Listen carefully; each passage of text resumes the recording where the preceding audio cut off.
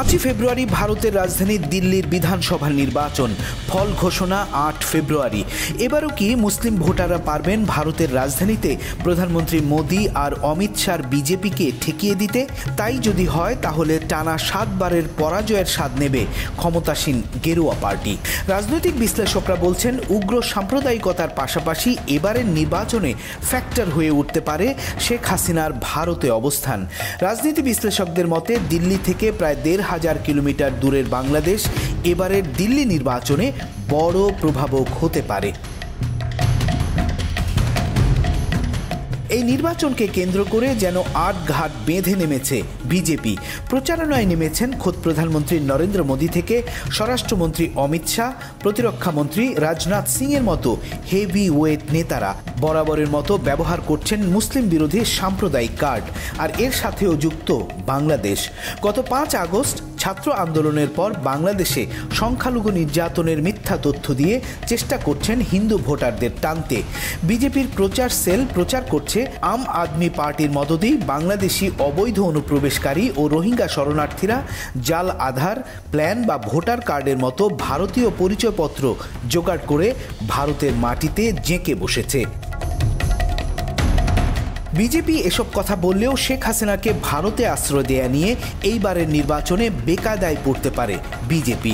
ভারতের পার্লামেন্টে সর্বদলীয় বৈঠকে সব দল সমর্থন দিলেও এআইএমআইএম দলের নেতা ও হায়দ্রাবাদের ডাকসাইটে এমপি আসাদুদ্দিন ওয়াইসি তার যুক্তি ছিল বাংলাদেশে প্রত্যাখ্যাত নেত্রীকে আশ্রয় দিয়ে ভারত অযথা সে দেশের সংখ্যাগরিষ্ঠ মানুষের বিরুদ্ধে দাঁড়িয়েছে।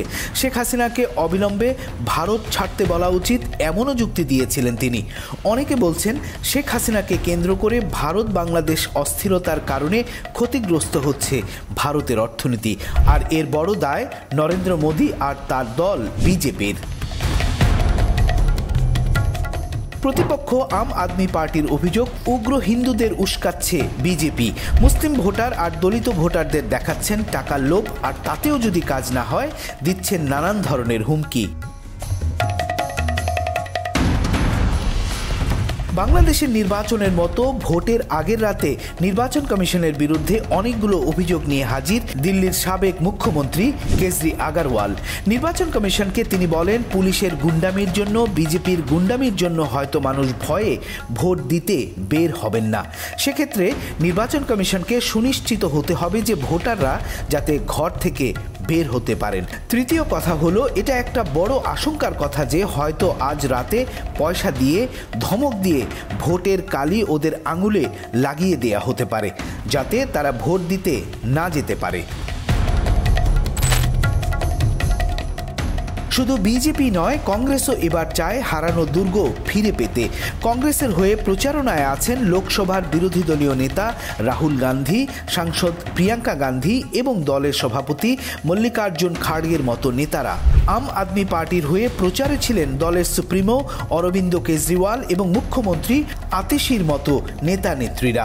এবারের দিল্লি বিধানসভা নির্বাচন আম আদমি পার্টির কাছে বড় চ্যালেঞ্জ। দুর্নীতি মামলায় সাবেক মুখ্যমন্ত্রী ও দলের প্রধান কেজরিওয়ালের গ্রেফতারের পর এই নির্বাচন আম আদমির পার্টির কাছে মর্যাদার লড়াই। ভারতের নির্বাচন কমিশন সূত্রে জানা গেছে দিল্লির 70টি আসনের মোট ভোটার 1,56,00,000। এর মধ্যে 85,76,000 পুরুষ, 72,36,000 মহিলা এবং 1,267 জন তৃতীয় লিঙ্গের ভোটার। ভারতীয় গণমাধ্যম ইন্ডিয়ান এক্সপ্রেস বলছে দিল্লির নির্বাচনে অন্যান্য অনেকবারের মতো এবারও নির্ধারক হয়ে দাঁড়াবে মুসলিম ভোটাররা। তাই এই নির্বাচনেও বিজেপির জেতার সম্ভাবনা ক্ষীণ।